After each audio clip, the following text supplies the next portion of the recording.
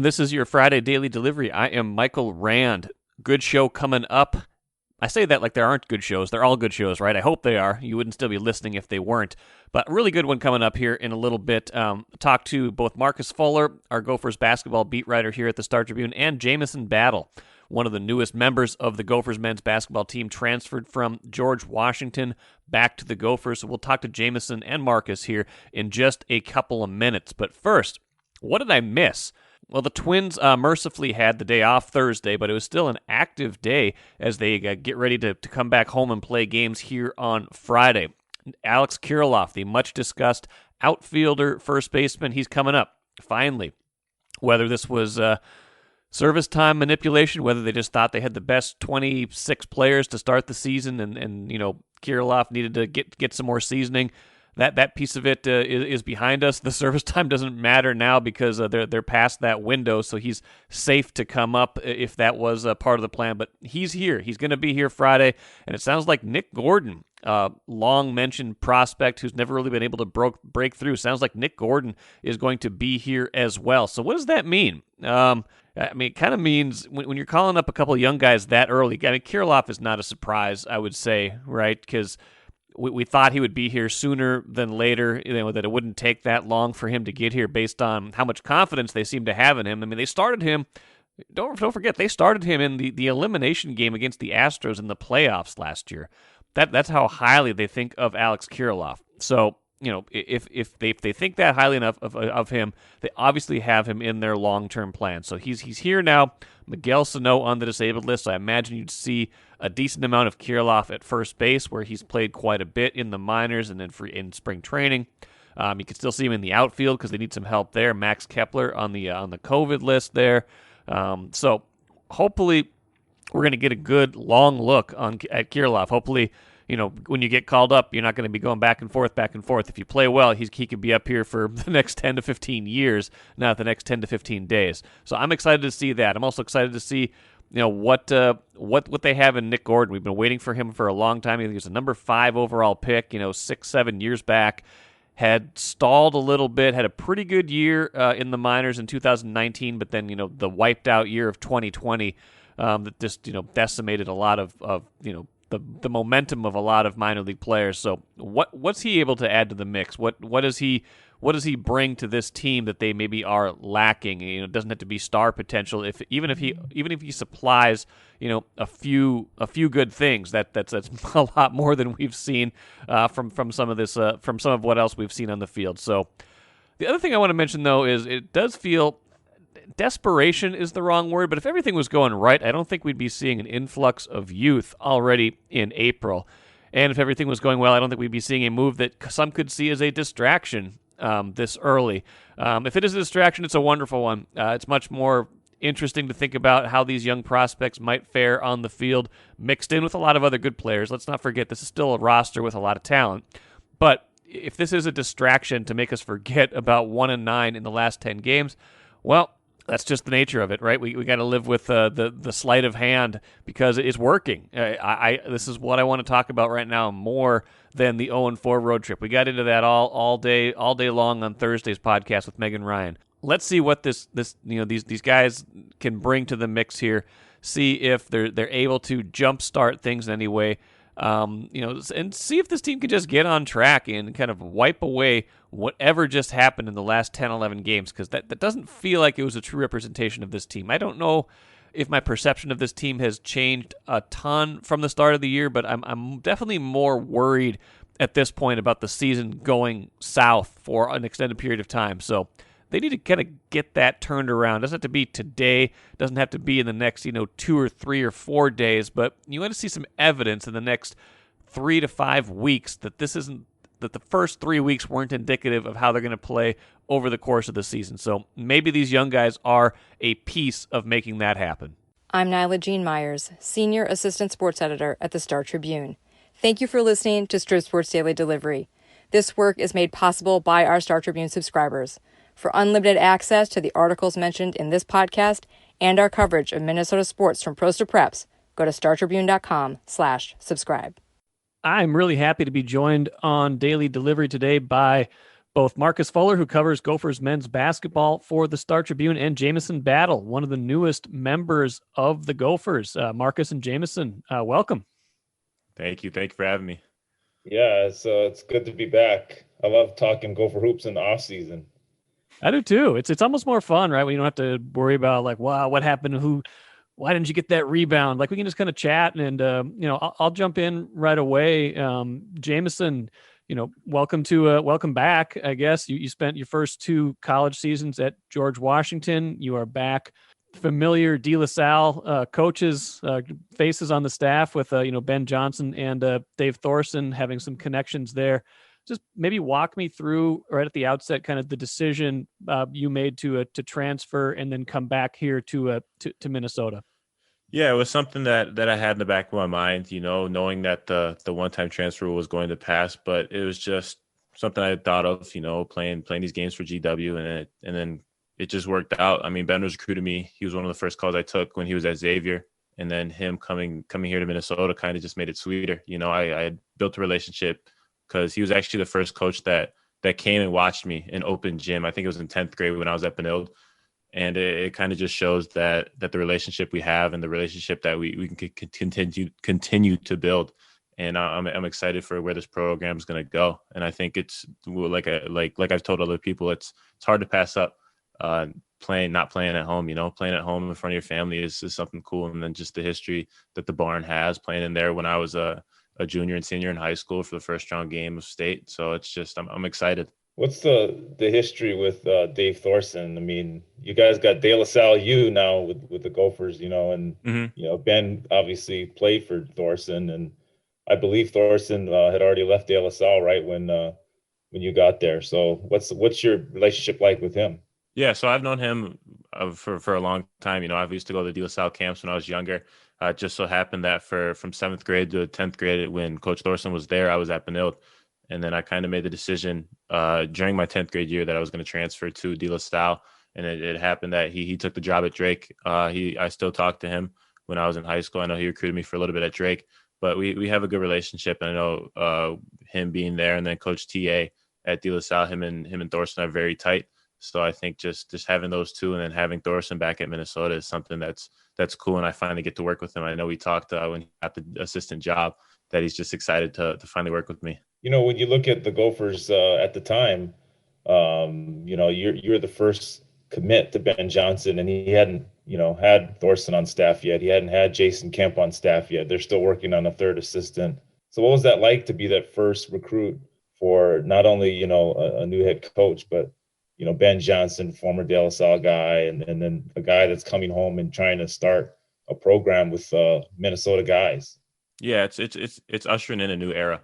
And I think when I committed to Ben, he told me I was the first person that's 2 feet in on what he's doing and what he's going to do here at Minnesota. And that kind of stuck with me, because I was the first person who believed in him. And then the ball kind of just got rolling with commits from Luke and EJ the next day. So I know we're excited, and just seeing the hometown guy, seeing Ben, who was at DeLaSalle, who was at Minnesota, come back. It's cool to see. Your playing career is a little bit similar to his in that he started at Northwestern and then did come back to Minnesota. Have you guys talked about that? The process of returning home and, switching schools and things like that?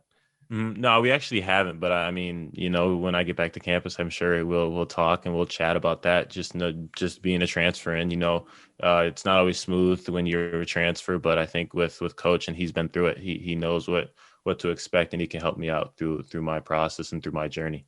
It's a little different though, right? For you, I'm pretty sure that Ben had, I think, Gopher offer out of high school. I don't know if you did or did not, or you consider the Gophers, but this is a situation where who knows, right? Maybe you would have stayed home out of high school if you had a Gopher offer. And at the time, I mean, were you recruited by them? I mean, how much would you have considered it the first time around? Yeah, so when I was a junior and senior, I wasn't really recruited that much by the Gophers. I know Ben and Patino were at games. Obviously, I was on D1 Minnesota, so there's a lot of talent there. But mostly, I got a lot of mid-major looks, and I kind of knew my place. But then these last 2 years at GW, I kind of was able to expand my game and work, and especially in quarantine, it helped me a lot. I mean, I lost weight, I developed more skill, and then coming into this year, I showed what I can do. And I know I'm excited for the transition from the A-10 to the Big Ten, but I know it's a tough one. I know I still have a lot of work to do. I think most guys would say they probably gained weight during quarantine and not lost it. I know I did for sure. So, I mean, how did you do that? I mean, what was it? Just diet or what was it? Yeah, so when I got back home, that was the biggest thing. I know Coach Christian at GW, he told me that he wanted to play me at a different position, and the biggest thing for me was to lose weight and to slim down and just get cut. And I think that's what I did. I think I motivated myself to change my diet. I wasn't eating out because at GW it was there wasn't traditional dining halls, so it was a lot of eating out. And I think once I got back home and I had my mom, she cooked meals for me, so she helped me out a lot. And then I actually trained with Ashley Drazkowski, so she trains a lot of guys here in Minnesota, and she helped me a lot with my diet, with working out. She just helped me stay consistent, tracking my meals, and I think that's kind of where I took a step personally. How did that translate on the court? How did you feel, playing at a different spot, different, slim down some and whatnot? Yeah, I just felt a lot better. I feel like freshman year I was relying a lot. Like my whole career I've been a shooter, right? But I feel like freshman year last year I relied a lot on my shot. And I think this year I kind of expanded my game because I felt quicker and I felt quicker on my feet, whether that's getting in the paint, whether that's getting a pull up, whether that's creating for others, whether it's running the floor. I just felt different out there, with a few pounds lost. It makes a whole world of difference. What are you right now? I'm about 225, I want to say. So I still have work to do. I feel like when I got to GW, I was 215, I want to say. And then obviously with COVID and then getting a concussion last year kind of hindered me. But coming back home, that was the main thing. It's just getting back to the best shape I can possibly be in. Some from what we've heard from, different coaches, different players, the recruiting process and playing in Minnesota, some players who are from here and then play for the Gophers, they feel it's too much pressure. They don't want to do it. They want to get away. Some people thrive on that kind of, not necessarily all eyes on me, but, when you're playing when you played at DeLaSalle and then you're going to play for the Gophers, there's probably going to be more people that know you than if you were, just, at George Washington, for example, you were kind of a new person there. How do you feel you will potentially kind of handle the idea of, hey, I'm the hometown player now playing for the hometown school? Yeah, obviously there's going to be a lot of eyes on me being from Minnesota. I mean, I live 10 minutes from here, living in Robbinsdale. So I think there's added pressure, yes, but I think it's just how people handle the pressure. You can't let that pressure get to you just because people are watching you, just because you're from the state. I know I want to make the state proud, and I think it's something that I look forward to. But I think with the added pressure, you can't let that pressure affect you, and I think that's what I'm gonna go in and look at this year. People are gonna be watching, and people are gonna say things. People are gonna say this, say that, but you can't let that get to you. You just got to go out and play how you play every day. And you're not the only Minnesotan, right, coming back. Obviously Parker Fox, Sean Sutherland, there's guys, like Booth Gotch still on the team. So when you think about that, I mean, when you saw other guys from Minnesota, joining you, first of all, do you know them? And then how did that feel? Yeah, so I've known Parker a while, and I've known Sean. I just was talking to him, so I started talking to him. But I think it's an exciting era. I know Booth for a little bit played D1 Minnesota, but I know we're all excited, and it's something that it's kind of like a new era. I mean, there's been Minnesota guys, but I don't think there's been this many in a while, right? So I think it's going to be cool to see, just because the connectivity you have in the state and being from Minnesota and representing the state. I mean, Minnesota's across your chest, so you have that feeling of representing a lot. Yeah, I know the portal is crazy. I mean, I know coaches are obviously following it like every day. New names are in, new names come out. There's a lot of Gopher players in the portal. Guys who could have been your teammates. I know we chatted real quick when Gabe ended up leaving, and he's a fellow DeLaSalle guy. I mean, he had his own reasons, wanted a fresh start. But did you chat with him a little bit, like when you committed and then after he left, just to see kind of where his mind was at? Yeah, I chatted with him before I committed. I told him I was probably going to come, and I know he was excited for me.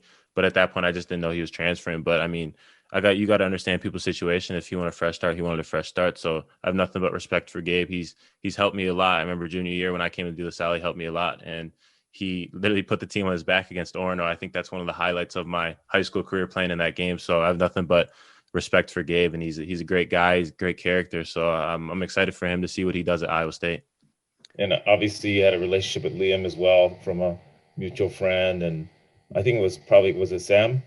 Yep. Sam So was like, yeah, I've known Liam because ever since he came to Minnesota, we've been hanging out. So, but I know same thing. I like Liam a lot. He's a good dude, and we talk. So I'm excited for him just to see what he does because he's improved every year he's played. Right. So it's cool to see these transitions that players have. yeah, Sam. I mean, obviously, your mutual friend.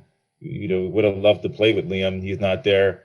Are you looking in the portal now to see help the Gophers out? Maybe help recruit a big man there. I mean, there's still more to be added pieces to this team, right? To kind of fill the roster and be competitive and hopefully make the tournament next year.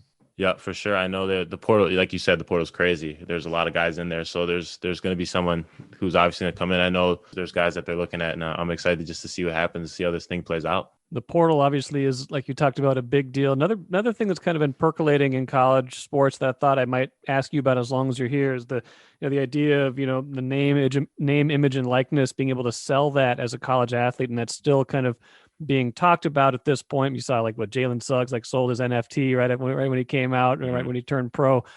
What would that mean to you, and how much have you read up on that? How much does that get talked about among your peer group and the elite athlete group? It's actually pretty funny that you bring that up. So I'm actually in a sports management class at GW and finishing it out, and that was our final project talking about name, image, and likeness. So what a lot of people don't understand about name, image, and likeness, it's not like the schools are actually paying you, right? So you can actually go in, talk with businesses, talk with shoe companies, talk with people who are outside, right, and sign endorsements. So I think that's something that I would like to see. I mean, as a college athlete, there's not a lot of time for me to make extra money outside of sports. You're in sports all day. You're doing classwork all day. So if you can promote your name, image, and likeness, it's something I think it'll transform college athletes. It's not like you're actually getting paid by the university. That's what a lot of people don't understand. And that's kind of what I saw with other people's projects in this class. But I think it's a very good avenue for college athletes to make money. Like you see Geo Baker, you see Isaiah Livers, you see Jordan Bohannon, what they did, not NCAA property. They were very adamant about promoting the name, image, and likeness, just because it's a way for college athletes to promote themselves, and it's a way to expand your brand. And I think that's the biggest thing, using your platform to express what you believe in. I think obviously the NCAA is trying to work toward name, image, and likeness. There's a lot of roadblocks there. One thing they did, hopefully to give more to the student athlete, is the one-time transfer rule, which will come into effect here soon and really will help you get on the floor right away. So when you saw that happen, I mean, is that one thing, like I said, towards giving the athlete, more opportunities? Yeah, I think so. I think they're leaning towards just listening to the athletes. I think the NCAA has a lot of power, and the athletes don't have too much power, but they have a say in some things. But I think if you give the athletes a say in different things, it's going to help make the NCAA a better organization. I saw on your George Washington profile that you play this. Do you still play the saxophone? It said one of your hobbies was playing the saxophone. Is that accurate still? I haven't played. So I actually played from 5th grade to 10th grade. So once I transferred to DeLaSalle, I wasn't in the band anymore. But I mean, I could pick up a saxophone right now and just start playing. But it's something that my mom introduced me very early. So I played the piano before I was in the band in school. And it's something that I've learned to do, just because you don't want to be one dimensional. You want to be able to do other things. And I think music is something, to me, that's very cool. I mean, playing the piano, I wasn't the best, but then saxophone, I practiced a lot. Like through 5th through 7th grade, I wasn't the best. And then I started to pick it up. And then I actually transitioned from the alto sax to the baritone saxophone in the band at Benilde. But it's fun. I like playing the instruments and doing other things outside of basketball. What else outside of basketball? Give me a taste of what your life is like aside from that. Yeah, so I mean, obviously, a lot of kids my age play video games. That's one thing. I mean, me and my friends from high school, me and friends from college, we play video games a lot. And another thing I love to do is golf. I've started to pick up golf more, just because a couple of years ago my clubs didn't really fit me because I had a growth spurt. But then I got fitted for golf clubs last summer, and it's just a fun game. Like watching the Masters, seeing all that. It's cool to watch. And I mean, hopefully weather permits, because I was just in Maryland with golfing with my friends, but weather permits, so I can get out here in Minnesota and just golf soon. I had to ask Rand, back to that instrument question. So I know he was a AAU teammate with Zeke, who was at Arizona, and he was playing the piano for the national anthem. So can we break the news here that you're going to be doing some saxophone, national anthem, maybe something like that? Maybe it's been a few years since I've played. I know GW, they had me play a little Christmas song for a little video, but it's been a while. I mean, maybe a little rusty, but if you give me some time to practice, maybe we'll see. All right. Well, when you look at the obviously the AAU scene in Minnesota, you played for one of the best AAU teams in D1 Minnesota. There's Howard Pulley, there's Sizzle with Chet Holmgren and Jalen Suggs. I mean, the state of Minnesota is producing a lot of high school talent. Moving forward, you guys are coming in as transfers. Booth Gotch, he's a transfer. How excited would you like to see soon, a high school kid just commit to the Gophers, based on Ben Johnson, excitement of the Gopher basketball right now, and also, hopefully when you guys get on the court and they see you play.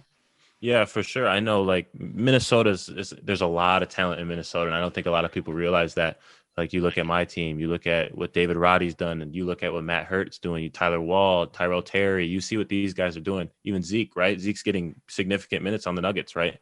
And you see all these guys who are producing, and they're from Minnesota. And to see someone like that produce at the University of Minnesota would be cool to see, right? And then that just kind of gets the ball rolling, gets it started for younger guys to realize, oh, like, it's always been my dream to play for the Gophers, and if I have the opportunity, I would take it in a heartbeat. And I think that's kind of what we want to do, what we want to start. Have you been able to talk to Amir Coffey or Daniel Tour at all? I mean, guys that play for the Gophers, or you want to maybe pick their brain in the future? Yeah, I think in the future, yeah, I haven't really talked to them now, but I think just how involved they are with the University of Minnesota, and I know how much they love Coach Ben. I know they're great resources to go out and talk to, so I'm excited. I was going to ask a couple more things for you, then we'll let you go. Really enjoying talking to Marcus Fuller here and Jamison Battle on Daily Delivery, one of the newest members of the Gophers men's basketball team. I've had both Ben Johnson and Dave Thorson on the podcast in the last month or so since Ben was hired. Recruiting's been a big subject of that, and Marcus asked you just a minute ago, about getting other Minnesota kids in here. I'd like to kind of ask you from the other direction.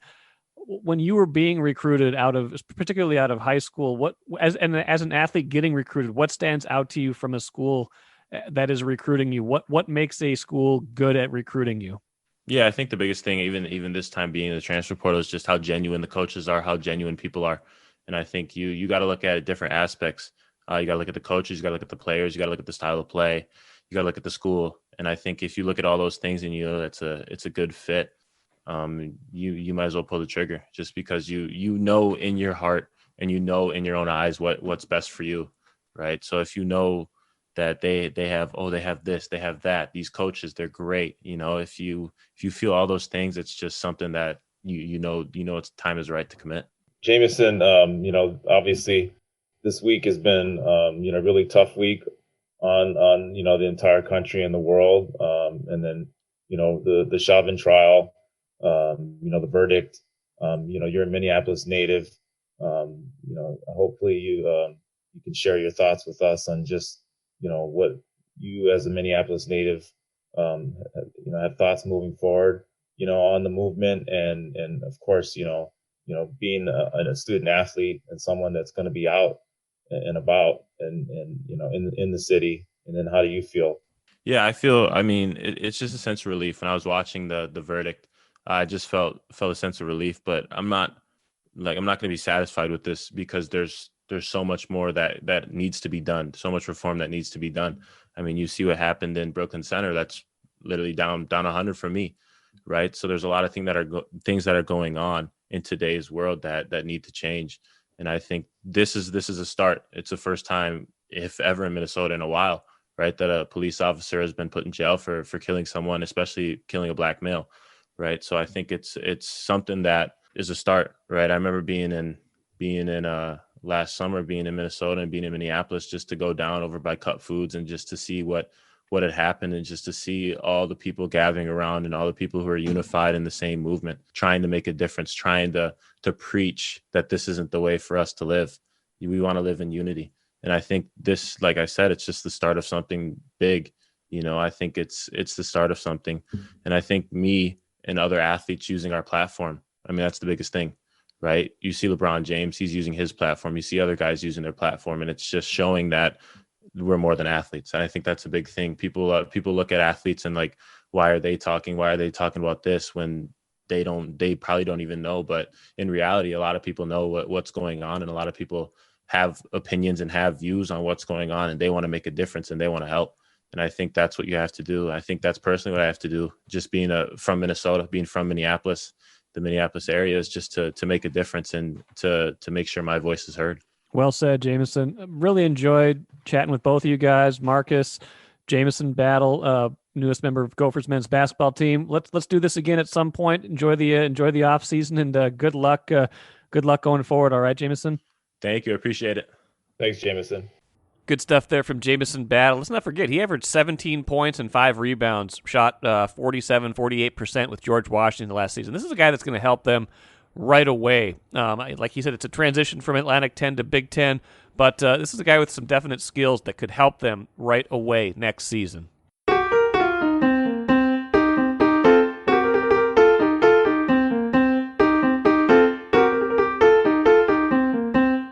When you hear that sound, it's because I feel like a trade machine. Bill Barnwell, ESPN writer, did a NFL mock draft that had all 32 teams trading as part of the first round. Thought it was interesting. It's just more of a thought exercise than anything. You're not going to see 32 teams make a trade. But he had a trade with the Vikings that I thought was somewhat interesting. The Cowboys get the Vikings' number 14 overall pick and Danielle Hunter. The Vikings get the Cowboys' 10th overall pick plus their second-round pick and their fourth-round pick. So essentially it's a pick swap to move up 4 places, plus the Vikings pick up a second-round pick and a fourth-round pick, and they deal out Danielle Hunter. Well, I can tell you one thing this proves is that Mike Zimmer is not Bill Barnwell is not Mike Zimmer's pseudonym. I don't think Mike Zimmer would love this trade because you're getting rid of your best pass rusher. Would you then turn around and draft a pass rusher 10th overall?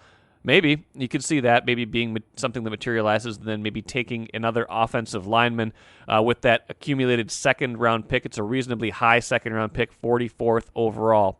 And then picking up another fourth-round pick that gives you some equity. They've already got a lot of third- and fourth-round picks that might allow you to get another second-round pick somewhere in there. So it makes a little bit of sense from that standpoint. Hard to imagine, unless this relationship between the Vikings and Danielle Hunter is, beyond repair. If really we're talking about wanting to be the highest paid player, being in that conversation, the Vikings are like, not so much. If there's something going on there behind the scenes that we don't, that we're not 100% privy to, then maybe this makes a little bit more sense. But as it stands right now, the Vikings did not have a very good pass rush last year, and a lot of that was because Danielle Hunter was out with that neck injury.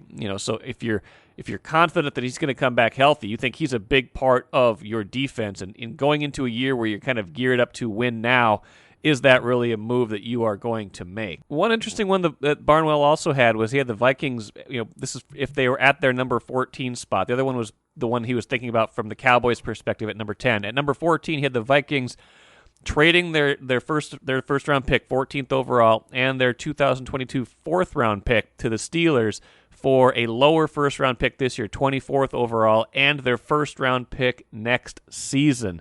Logic being if they want to get ahead of the Patriots, if there's something that they like there, maybe one of the quarterbacks has fallen and Pittsburgh wants to jump up. That's something the Vikings could do. Trade down, pick up a first-round pick next year that have a lot of value, drop 10 spots this season.